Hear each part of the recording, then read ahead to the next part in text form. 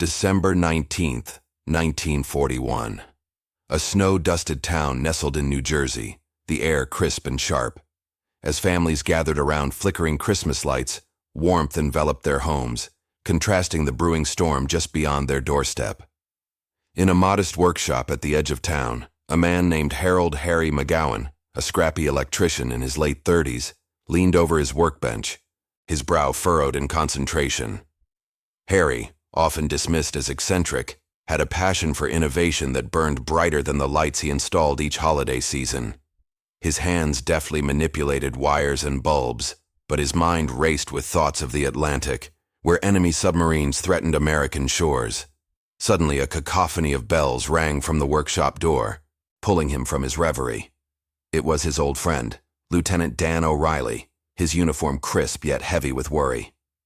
"Harry, we need to talk," Dan urged, glancing anxiously at the snow swirling outside. Harry's heart raced. "What's going on?" "They're sinking ships faster than we can replace them. There's got to be a way to detect them before it's too late." Harry's eyes sparkled with an idea. Something unconventional, even crazy. "I think I might have something," he said, excitement bubbling beneath the surface. What he didn't know was that this idea would change the war. If stories like this fascinate you, make sure to hit that subscribe button and comment below. December 19th, 1941. A snow-dusted town nestled in New Jersey, the air crisp and sharp. Just days after the attack on Pearl Harbor, the nation is gripped by fear and uncertainty. The Atlantic Ocean, once a symbol of distant adventure, looms ominously with the threat of German U-boats. These submarines, silent and deadly, have begun to wreak havoc on Allied shipping lines, sinking vessels and claiming lives. The stakes could not be higher. At this time, the United States Navy is in a state of turmoil. Reports flood in detailing the catastrophic losses. In the first 9 months of 1942 alone, over 150 Allied ships were destroyed, leading to the tragic loss of thousands of sailors and civilians. Resources are running thin, and the urgency grows with each passing day. The sun sets on coastlines, casting long shadows of uncertainty as ships vanish into the depths, never to be seen again. Experts and military strategists convene in war rooms, poring over maps and data. "Nothing works," a bearded admiral grumbles, slamming his fist against the table. "We are blind to the threat. We need eyes on the ocean." The room is heavy with despair as they discuss failed attempts at anti-submarine warfare. Depth charges, ineffective, sonar, an untested technology, fraught with complications. The consensus is clear. Nothing has proven reliable enough to detect the lurking predators beneath the waves. In the face of this despair, the military hierarchy has grown cautious and conservative, unwilling to invest in unproven methods. Experts agreed. It couldn't be done, they say, shaking their heads in resignation. The old ways of fighting, guided by tradition and experience, seem to have failed them. As the war presses on, the Navy scrambles to find solutions, but every answer leads to more questions. Amid this atmosphere of hopelessness, the dark depths of the ocean remain silent, and the threat escalates. German U-boats are becoming increasingly sophisticated, employing tactics to evade detection. Commanders devise strategies to convoy ships and sweep the waters, yet the losses keep mounting. The U-boats are hidden predators, their sleek forms slipping through the water, evoking both fear and fascination. While military minds wrangle with strategies, the average citizen feels the impact of the war acutely. Rationing becomes a way of life. The sound of sirens fills the air, and families gather in living rooms, eyes glued to the radio, waiting for updates on the grim news from the front. Children draw pictures of ships and soldiers, their innocence shattered by the weight of the conflict. In the homes of many, including that of Harry McGowan, there is a palpable tension. Parents whisper in the corners, fearing for their sons and daughters who have gone off to fight. "Are we safe?" their children ask, wide-eyed, staring at the flickering lights of the Christmas tree. The juxtaposition of holiday cheer and impending doom creates an unsettling atmosphere, where laughter mingles with anxiety. Harry, in his workshop, witnesses the toll the war takes on his community. He observes the worried faces of neighbors and hears the hushed conversations about loved ones overseas. He crafts his holiday lights, but each bulb feels heavier than the last. He is a member of this community, but he is also an observer, often finding solace in the world of wires and circuits, where he feels in control. As the days turn into weeks, despair and frustration boil over in the Navy ranks. Meetings turn into shouting matches as officers debate the next steps. "We can't just sit idly by," one officer insists, his face flushed with emotion. "We need innovation, a breakthrough that can change the tide of this war." But voices of doubt drown out his call for creativity, and the room settles back into silence, resigned to the belief that they are outmatched. While the military is stuck in a cycle of skepticism, Harry McGowan sits hunched over his workbench, contemplating the problem brewing just beneath the surface of the Atlantic. The frustrations of the Navy have not gone unnoticed by him. He often hears the whispers of worry as he passes through town, and he feels the weight of his own ideas, trapped inside. "Can't someone do something?" he mutters to himself, fiddling with a string of lights. It is the flicker of inspiration, a moment of clarity amidst chaos. But how could a simple electrician contribute to the war effort? He is not a scientist or a military strategist. Yet, he can't shake the feeling that perhaps he can use his skills to help solve the impossible problem that has stumped the experts. With each passing day, Harry's thoughts drift between innovation and practicality. In the stillness of the night, he dreams of devising a system that could detect submarines, something that leverages what he knows best, electricity and lights. As he stares at the Christmas lights, a spark ignites in his mind. "What if?" he whispers, but he immediately squashes the thought. "That's the stupidest thing I've ever heard." Yet, the idea lingers, refusing to fade away. The tension builds within him, a knowing that he has a unique perspective that the military lacks. Over the next few weeks, the war rages on, threatening to engulf everything in its path, while Harry wrestles with the notion of taking action. The more he thinks about it, the more he feels the urgency of the times pressing against him. He reflects on the families he sees every day, the smiles of children, the laughter that fills the air despite the storm looming outside. And yet, the fear of failure paralyzes him. He flirts with the idea of presenting his concept to the Navy, but the ghosts of doubt and ridicule haunt him. For now, he is merely an electrician. But as the snow continues to fall outside, Harry McGowan stands at the edge of a precipice, on the brink of a decision that could change the war. What he didn't know was that this idea would change the war. December 20th, 1941. In a modest workshop filled with the scent of solder and metal, a tangle of wires and tools lay scattered across the worn wooden table. The quiet hum of machinery was punctuated by the occasional click of a switch. Here, amidst the chaos, stood a man named Charles Johnson, a 36-year-old electrician with a penchant for tinkering. His hands, calloused yet deft, moved with a practiced grace as he assembled components for a festive display of Christmas lights. As the world outside bristled with anxiety over impending naval warfare, Charles found solace in his craft. He was a man of simple pleasures, often seen chatting with neighbors about the latest inventions or tinkering with gadgets in his garage. Yet, beneath his unassuming exterior lay a mind brimming with ideas. "Charlie," his friend Bill called from the doorway, the chill of the winter air wafting in with his entrance. "You really think your lights can scare off those U-boats?" "Not scare them off," Charles replied, a spark of mischief in his eyes. "Illuminate them." Bill furrowed his brow. "You're joking, right? What good are Christmas lights against a submarine?" But Charles was undeterred. He had been following the news, absorbing every detail about the Navy's struggle against the German U-boats. He'd heard the despairing reports of ships being sunk, their crews lost to the depths of the Atlantic. An idea was forming, something that could turn the tide. As Bill left, shaking his head in disbelief, Charles leaned against the table, his heart racing. What if? The thought lingered, hanging in the air like the faint glow of the lights he was assembling.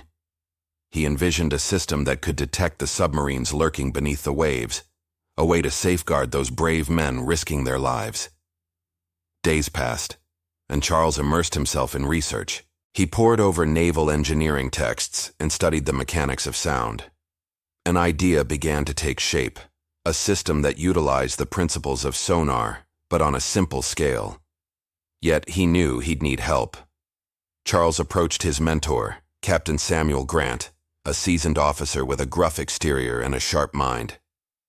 They met in a dimly lit bar, the atmosphere thick with the weight of hushed conversations about war. "Samuel," Charles said, leaning forward, his voice barely above a whisper. "I have an idea. A way to detect submarines using sound."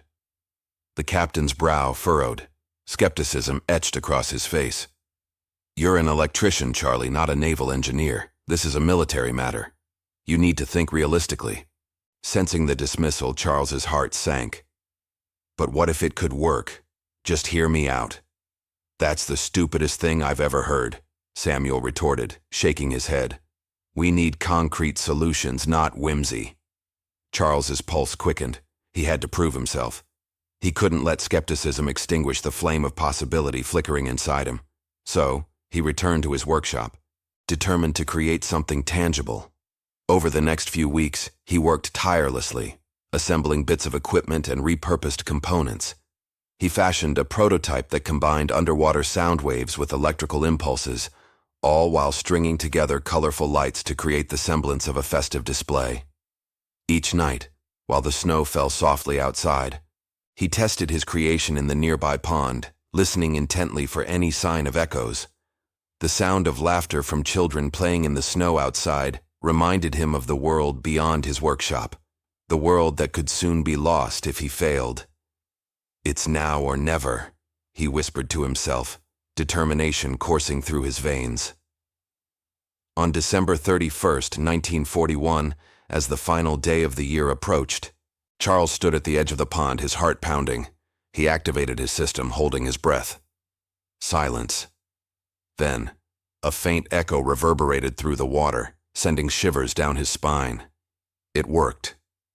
In the weeks that followed, he refined his device, reaching out to other local engineers for support. A few, intrigued by his tenacity, joined him in his quest. Together, they formed a small but passionate team.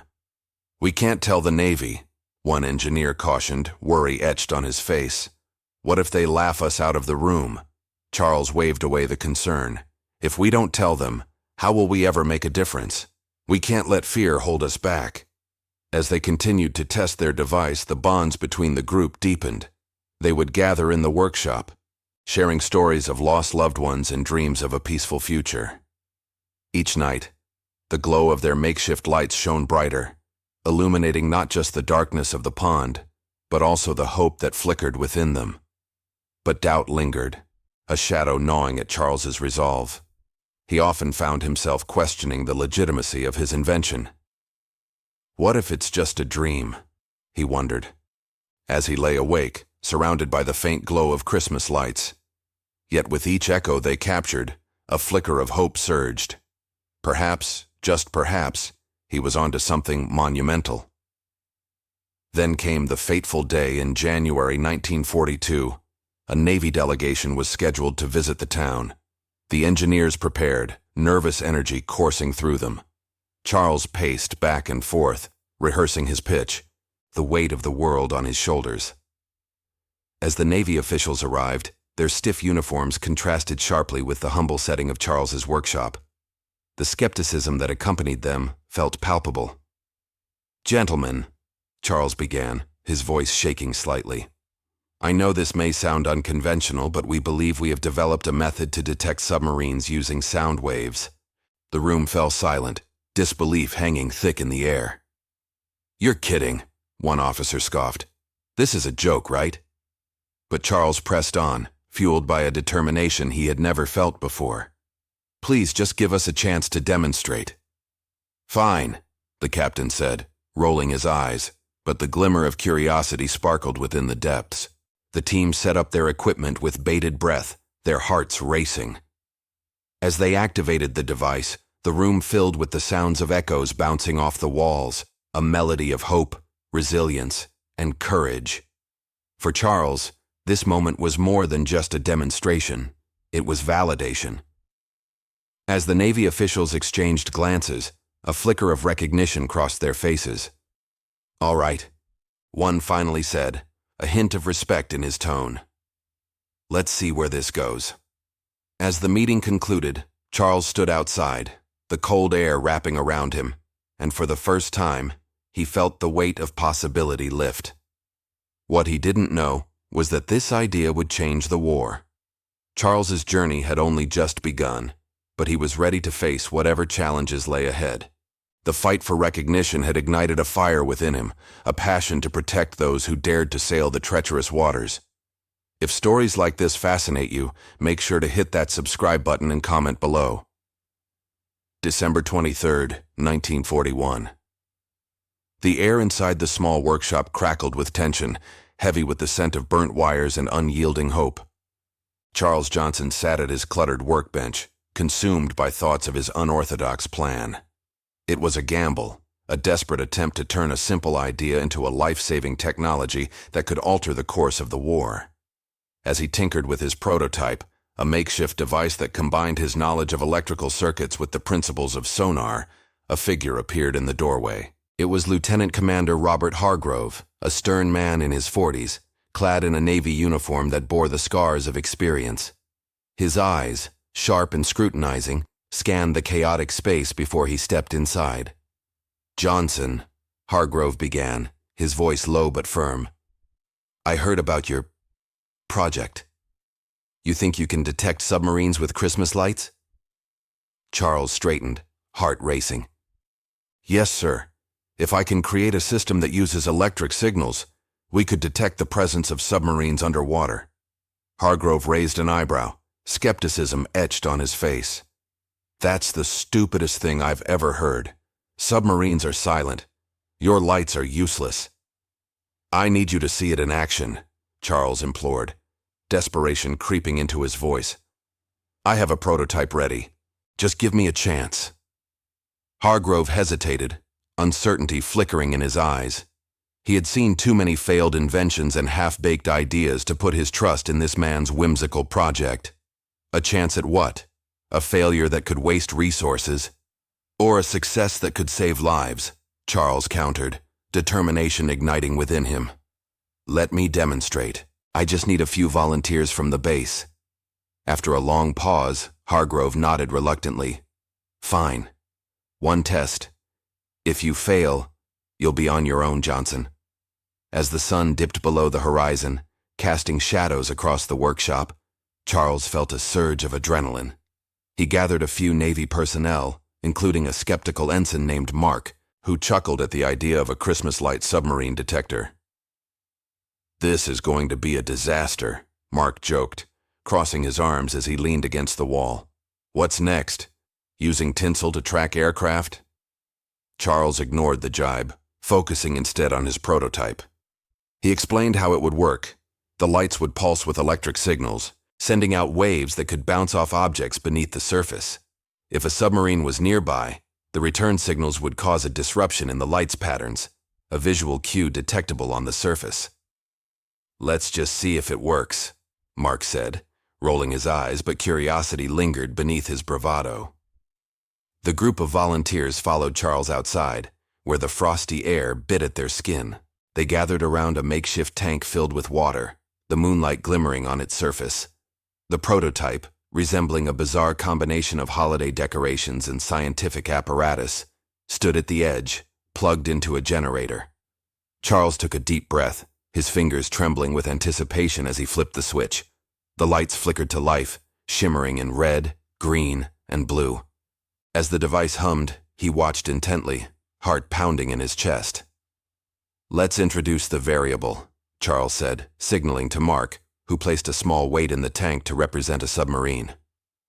The group held their breath as the weight sank below the surface, disappearing into the depths. And then, nothing. Charles's heart sank. The lights continued to pulse, bright and steady, reflecting nothing but the stillness of the water. He felt the weight of their skepticism, pressing down on his shoulders like a lead blanket. "See? I told you it was a waste of time," Mark said, crossing his arms. But Charles refused to give up. He adjusted the signals, recalibrating the frequency with shaking hands. "Let's try it again," he urged, voice barely above a whisper. As he flipped the switch once more, something changed. The lights flickered, then dimmed, creating an unsettling pattern. A pulse rippled through the water, sending the group into a hushed excitement. "Look!" Charles exclaimed, pointing at the device. The lights began to pulse erratically, signifying that something was disrupting the waves. "It's picking up the weight." The volunteers leaned closer, eyes wide, disbelief melting into tentative hope. The pattern of the lights shifted, flashing wildly as they detected the submerged object. "It's working!" Mark shouted, his voice laced with incredulity. "You actually did it!" With every pulse of the lights, a wave of exhilaration washed over Charles. The tension that had weighed on him began to lift. The fear of failure now transformed into a spark of triumph. He could feel the adrenaline coursing through his veins as he imagined the implications of this success. Ships could be saved, lives could be spared. "Let's take it to the next level," Charles encouraged, excitement igniting in his voice. "We need to test it in open water." Days later, on December 28, 1941, Charles found himself aboard a naval vessel, surrounded by the sounds of the sea and the whispers of anxious sailors. The prototype, now refined and upgraded, was secured on deck, ready for its first real test. As the ship cut through the waves, Charles stood at the helm, flanked by Commander Hargrove and a small crew. The tension was palpable. Would this unorthodox device hold its ground in the unpredictable ocean? "Prepare for testing," Hargrove ordered, his voice steady yet tinged with apprehension. Charles flipped the switch one final time. The light sprang to life, illuminating the deck with an ethereal glow. As they ventured further into the choppy waters, the crew watched intently, hearts racing alongside Charles's. Moments passed.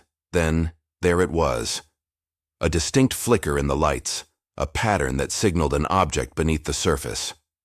"A submarine!" someone yelled, pointing towards the readout. Cheers erupted among the crew as they recognized the significance of the moment. Charles felt tears prickling at the corners of his eyes. He had proven them all wrong. "We can detect them!" he shouted, filled with a mix of disbelief and joy. "We can actually detect them!" As the commander ordered further tests, the crew celebrated this unexpected victory. The device had not only worked, it had shattered expectations and provided hope for a navy that desperately needed it. The night air buzzed with excitement as Charles reveled in the victory, his heart swelling with pride. Perhaps this crazy idea was more than just a whim. Perhaps it had the power to change the course of naval warfare. If you're hooked on this story, hit that subscribe button, a voice whispered in the background, blending into the jubilant atmosphere. With newfound determination, Charles vowed to refine his invention further. This was just the beginning. He could feel it in his bones. And as the ship sailed into the night, a glimmer of hope illuminated the darkness, echoing the resolve of a man who dared to dream beyond the ordinary. January 14th, 1942. Washington, D.C. The air was thick with tension, the cold winter sun barely piercing through the heavy clouds. Inside the cramped conference room of the Navy Department, high-ranking officials convened, their faces a blend of skepticism and premature dismissal. Rows of officers sat rigidly, their uniforms crisp and their expressions skeptical. At the head of the table, Admiral William Halsey leaned forward, his brow furrowed in concentration. "You're telling us that Light's Christmas lights could be repurposed for submarine detection?" His voice dripped with incredulity. Charles Johnson, now standing before the panel, swallowed hard. The modest electrician did not belong in this room full of seasoned military minds, but here he was, the weight of history resting on his shoulders. "Yes, sir," he replied, his voice steady but tinged with urgency. "My system can detect the electromagnetic fields generated by submarines. It's not just lights, it's a network of data." "Data?" scoffed Commander Reynolds, arms crossed defiantly. "With what, your festive display? You're wasting our time, Johnson." A murmur swept through the room. disbelief among the ranks. Charles felt his heart racing. This was not just a presentation. It was a plea for validation, a cry for acknowledgement of an idea that could turn the tide of warfare. "Please," Charles continued, heartened by the few nods of interest from some of the younger officers.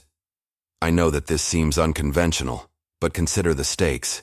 We're losing ships daily to German U-boats. If my system works, we could drastically reduce those losses." Admiral Halsey raised an eyebrow but remained silent, his gaze piercing as he scrutinized the electrician.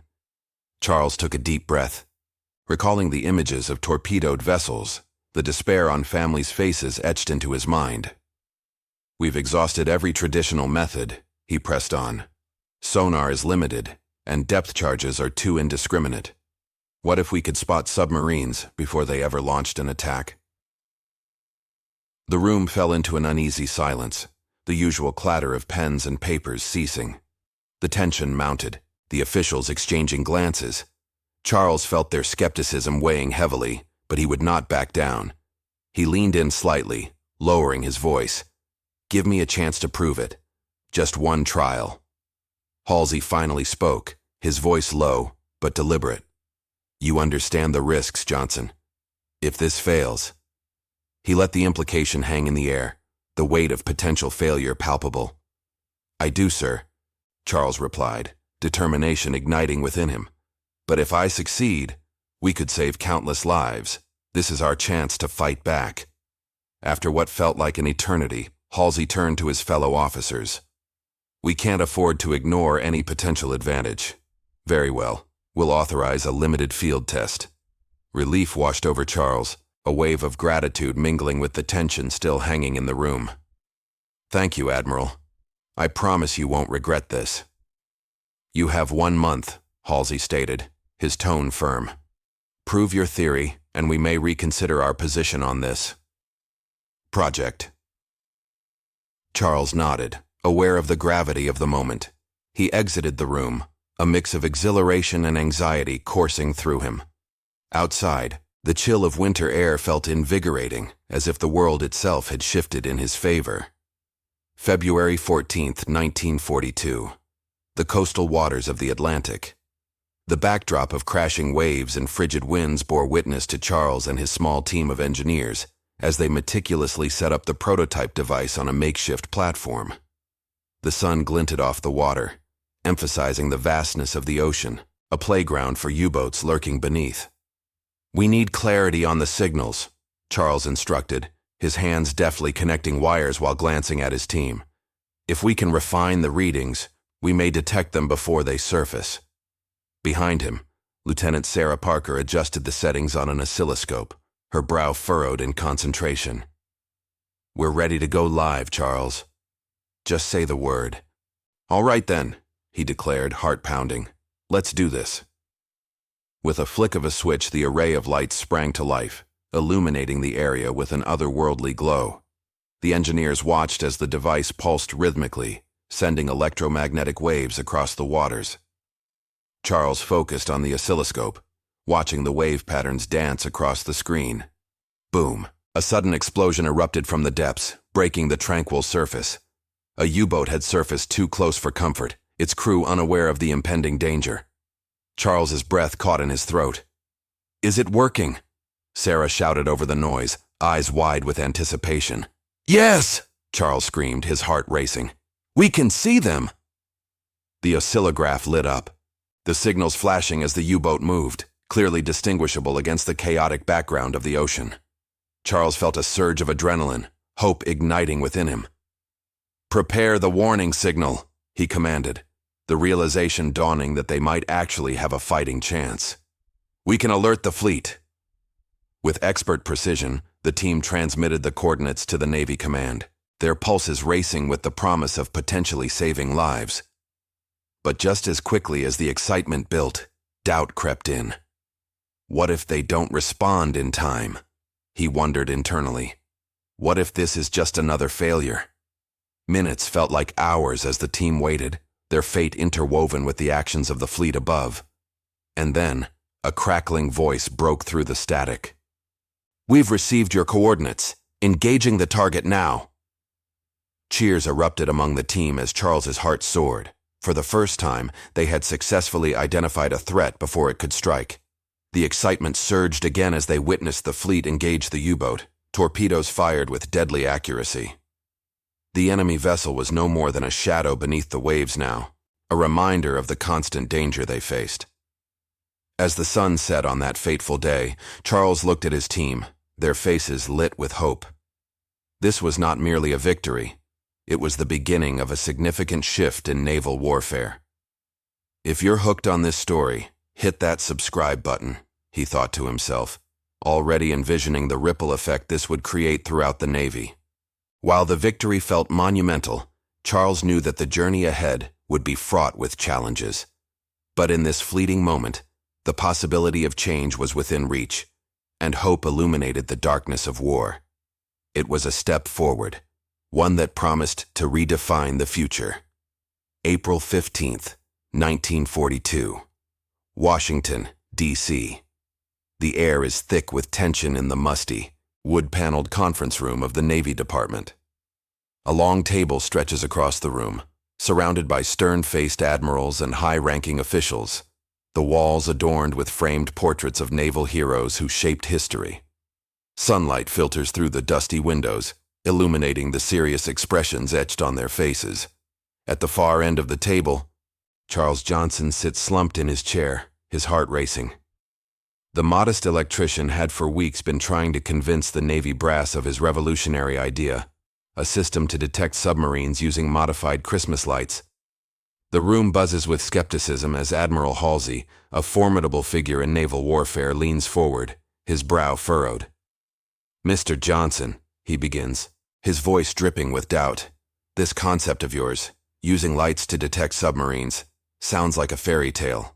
What makes you think it could work when our best minds have failed?" Charles swallows hard, his palms slick with sweat. He knows this is his moment. "Admiral, I understand the skepticism, but the principle behind it is sound. It's all about the electromagnetic field." His voice falters slightly, but he pushes through, drawing on the knowledge he had painstakingly gathered. "Using a light-based system, we can detect disturbances caused by submarines in the water. When they come close, the field shifts and the lights will react. It's the same principle used in radar, but adapted to use existing technology." The room erupts in mutters and incredulous laughter. "This is absurd," one officer exclaims, shaking his head. "Just because you can wire up some lights doesn't mean you can create a detection system." "Our losses at sea are mounting, gentlemen," Charles counters, desperation seeping into his tone. "We can't afford to dismiss unorthodox ideas. The Germans are relentless, and if we don't act now, we'll lose more ships." Admiral Halsey leans back, crossing his arms, intrigued despite himself. "You're saying you want to test this contraption of yours in an actual engagement?" "Yes, sir," Charles responds, steadying his voice. "I propose we simulate conditions using a submersible to create disturbances. If it works, it could change the tide of this war." The room falls silent, the tension palpable. Charles can feel the weight of their scrutiny, the pressure to perform mounting. After what feels like an eternity, Halsey glances at his fellow officers, their faces still uncertain. "Very well," the Admiral finally says, his tone grave. "You'll have one opportunity to prove this. But I warn you, if it fails, you'll be held accountable." As the meeting adjourns, Charles walks out, the weight of the world on his shoulders. He steps into the blinding sunlight, momentarily blinded by the brightness, feeling both a surge of hope and overwhelming fear. Back in his workshop, the following weeks are filled with a whirlwind of activity. Charles gathers scrap materials, repurposing lights and engines, meticulously crafting his system alongside his newfound ally, Lieutenant Roberts, a sharp-minded engineer who believes in Charles's vision against all odds. The two men work shoulder to shoulder, their camaraderie growing amidst the chaos of invention. "Are you sure this will work?" Roberts asks one evening, wrench in hand, eyes focused on the complex circuitry. "It has to," Charles replies, determination etched on his face. "If it fails, we lose everything." During testing, their progress is agonizingly slow. The first few trials yield nothing but frustration. The lights flicker erratically, and nothing resembling a detection occurs. Each failure chips away at Charles's confidence, but Roberts remains steadfast, encouraging him to refine the system further. Remember, every great invention faced skepticism. Just look at Edison, he reminds Charles during one late-night brainstorming session. Finally, after countless adjustments and sleepless nights, the day arrives. June 10th, 1942. Off the coast of Cape May, New Jersey, the Navy has arranged a test using a decommissioned submarine, the USS Tarpon, submerged in the waters. A small group of officials, including Admiral Halsey, gathers on the observation vessel, eyes turned to the horizon. As they prepare, Charles's heart races. He stands at the helm of his contraption, a series of lights arranged on a makeshift panel, wired to the sensors he and Roberts had painstakingly crafted. "Here goes nothing," Charles mutters under his breath, flipping the switch. The lights flicker to life, glowing softly against the backdrop of the ocean. Minutes tick by, tension palpable in the air. Suddenly the water begins to swirl, and the lights pulse erratically. Charles's breath catches in his throat as he sees the first bright red light up, indicating a disturbance in the electromagnetic field. "Look, we've got something," he shouts, excitement flooding through him. The officials lean closer, eyes wide with disbelief. Charles's heart pounds as he continues monitoring the readings. The lights flash in a rhythm that matches the proximity of the submarine, illuminating the surface like a beacon of hope. Admiral Halsey's stern facade cracks, replaced by a look of cautious optimism. "If this holds, we could save countless lives." As the tests move forward, the readings become clearer, confirming Charles's hypothesis. The lights react precisely as planned, detecting the submarine with remarkable accuracy. The initial skepticism in the room gives way to a hushed reverence as the implications of Charles's invention sink in. After their successful run, Halsey approaches Charles, extending a hand, his expression softened by admiration. "You did it, Mr. Johnson. You've opened a door we thought was shut." Charles shakes the Admiral's hand, disbelief and pride coursing through him. "Thank you, sir. I just wanted to do my part." As the sun sets over the horizon, casting a golden glow over the waters, the atmosphere shifts from skepticism to validation. Charles knows that while the road ahead may be fraught with challenges, he has proven that innovation can arise from the most unexpected places. In the weeks that follow, the Navy implements Charles's detection system, leading to a notable decrease in submarine-related losses. The lights, once mere decorations for Christmas, have become a symbol of resilience and ingenuity in a time of conflict. The victory is bittersweet. Charles returns to his workshop, knowing that the battle hasn't ended, but his small victory has made a significant impact. He reflects on the journey, the struggle, and the belief that even the most improbable ideas can light the way in dark times. Innovation doesn't need credentials. It needs courage. December 7th, 1941. Pearl Harbor. A date that would forever alter the course of history. It was a day of tragedy, but from the ashes of destruction, innovation would rise. Charles Johnson's breakthrough, born from a spark of inspiration amidst the holiday lights, had transformed U.S. naval warfare. By employing the principles of his Christmas light system, he had provided the military with a cost-effective solution to detect submarines lurking beneath the waves. As the war raged on, the results became undeniable. Reports flooded in from various naval commands. Submarines were detected and neutralized with a staggering efficiency never seen before. Losses reduced by 85% in key battles, buoying the morale of the Navy and the nation. The once skeptical officials now hailed Johnson's invention as a game-changer. The sound of victory echoed across the Atlantic, a symphony composed of courage, ingenuity, and the relentless spirit of one man. Yet the legacy of Charles Johnson was not one of grandeur or public accolades.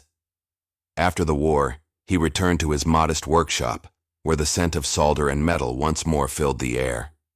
The harsh realities of life returned. His phone seldom rang with offers for recognition or praise. He went back to fixing broken wires and installing lights, the tools of his trade. Fame eluded him, a ghost of what could have been, but he remained unfazed. In the quiet of his workshop, he penned reflections in a leather-bound journal. "Innovation doesn't need credentials. It needs courage," he wrote, the ink flowing with a blend of humility and pride. He understood that the essence of progress lay not in titles or accolades, but in the willingness to dream and act against the tide of skepticism. Years later, in 1961, Charles received an unexpected letter from the U.S. Navy. The letter praised his contributions and invited him to a ceremony honoring the unsung heroes of the war.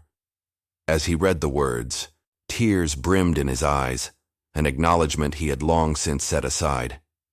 That day, he stood among generals and admirals, the weight of his invention finally palpable in the air of recognition. When called upon to speak, he grasped the microphone, his hands trembling. "Thank you for this honor," he began, his voice steady yet filled with emotion. "I was just an electrician, a simple man, but in the darkest times we all hold a spark of hope. There's no innovation without risks. Remember, courage comes in many forms. Sometimes it's as simple as believing in your idea." His words resonated like the toll of a bell echoing through the hall. The audience nodded, reflecting on their journeys and the obstacles they had faced. Johnson's story became a testament to the power of faith, the importance of believing that the impossible could be made possible. As time passed, the world evolved. New technologies emerged, changing the fabric of warfare and society. However, the core lesson from Charles Johnson's journey remained relevant. Innovation thrived where courage dwelled.